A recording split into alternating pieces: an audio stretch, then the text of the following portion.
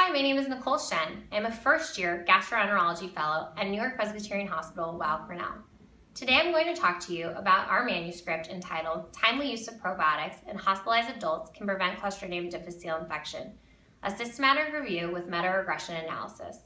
Prior systematic reviews with meta-analyses suggest probiotic efficacy at preventing Clostridium difficile infection in adults and children in the inpatient-outpatient setting receiving antibiotics.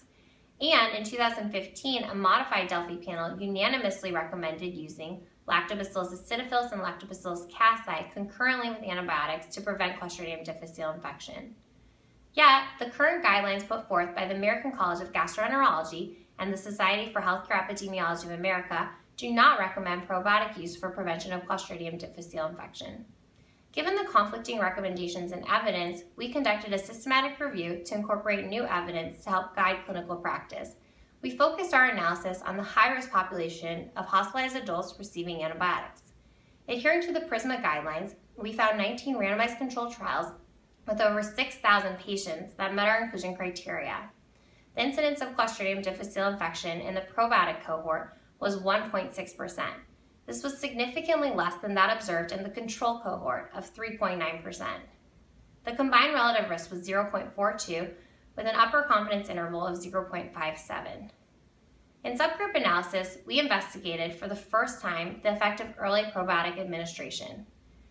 Meta-regression demonstrated that probiotics given closer to the first antibiotic dose were significantly more effective than those administered later, with a decrement in efficacy observed for every day in delay.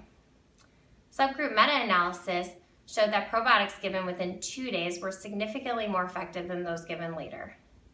Other subgroup analyses did not reach statistical significance. There was no increased risk of adverse events in the probiotic cohort, and using the GRADE criteria, the overall quality of the evidence was high.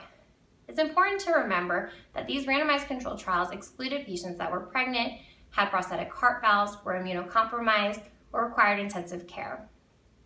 In conclusion, we found that timely use of probiotics could reduce the risk of Clostridium difficile by over 50% in hospitalized adults receiving antibiotics, and clinicians should strongly consider incorporating this practice of using probiotics with their adult patients receiving antibiotics in the hospital setting.